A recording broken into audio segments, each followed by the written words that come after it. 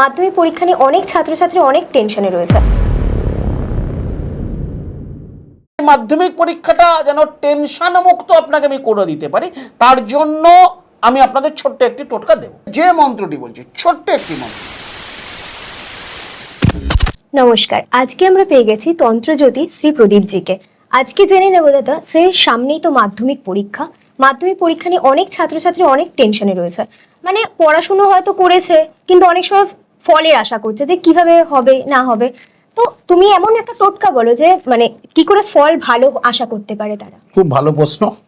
সামনেই মাধ্যমিক পরীক্ষা, অর্থাৎ ফেব্রুয়ারিতেই মাধ্যমিক পরীক্ষা, ফেব্রুয়ারির।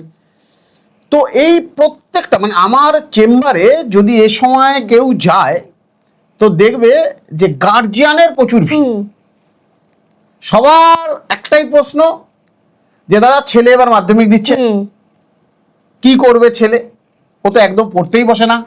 প্রত্যেকটা মা বাবার তার সন্তানকে নিয়ে যে চিন্তা, তো সেই চিন্তাটাই তুমি তুলে ধরেছো বা সেই চিন্তাটা নিয়ে তুমি প্রশ্ন করেছো। খুব ভালো প্রশ্ন করেছো।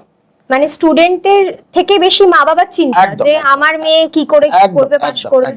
যেখানে মা বাবা একটি টোটকা আজকে আমি বলবো।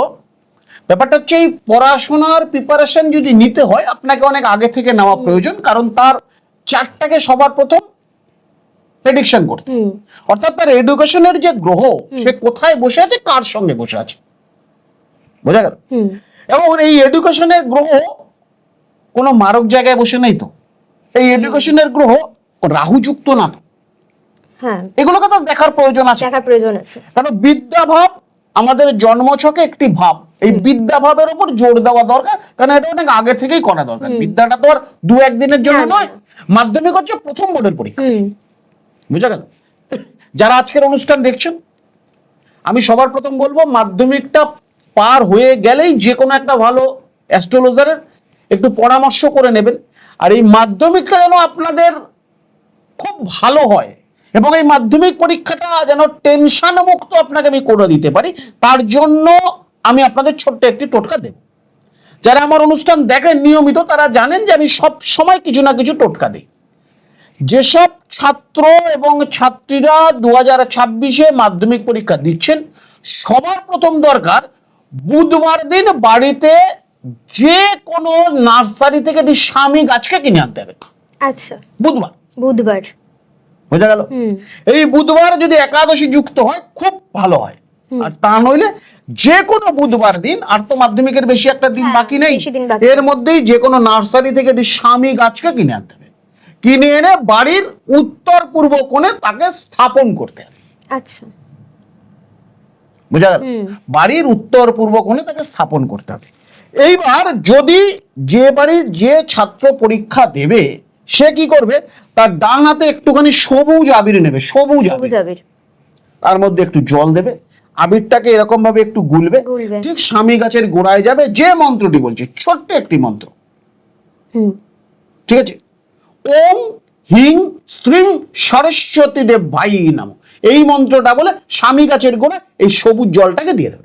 আচ্ছা, এটা একবারই বলতে হবে? হ্যাঁ, একবারই বলতে হবে, গিয়ে জলটাকে দিয়ে দেবে। এটা রেগুলার, প্রত্যেকদিন এটা করে যেতে হবে, প্রত্যেকদিনই করে যেতে হবে।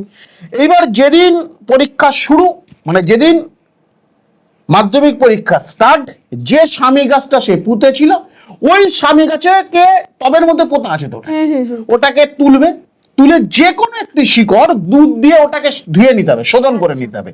কিনে নিয়ে যদি বেটা ছেলে হয় ডান হাতে সবুজ সুতো দিয়ে পরে নেবে, যদি কন্যা সন্তান হয় তাহলে ওই শিকড়টাই বাঁ হাতে সবুজ সুতো দিয়ে পরে নেবে।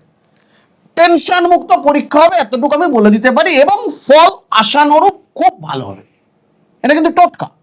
100% মাধ্যমিক পরীক্ষার রেজাল্টের পর আপনারা আমাকে আপনাদের মতামত বা আপনাদের কতখানি আপনারা কার্যকর হলেন আমাকে জানাবেন, আমি তো রয়েছি। বোঝা গেল? টোটকা, সবাই উপকৃত হবে, মানে যত ছাত্রছাত্রী সবাই উপকৃত হবে, কিন্তু যদি সঠিকভাবে এটাকে করতে পারে।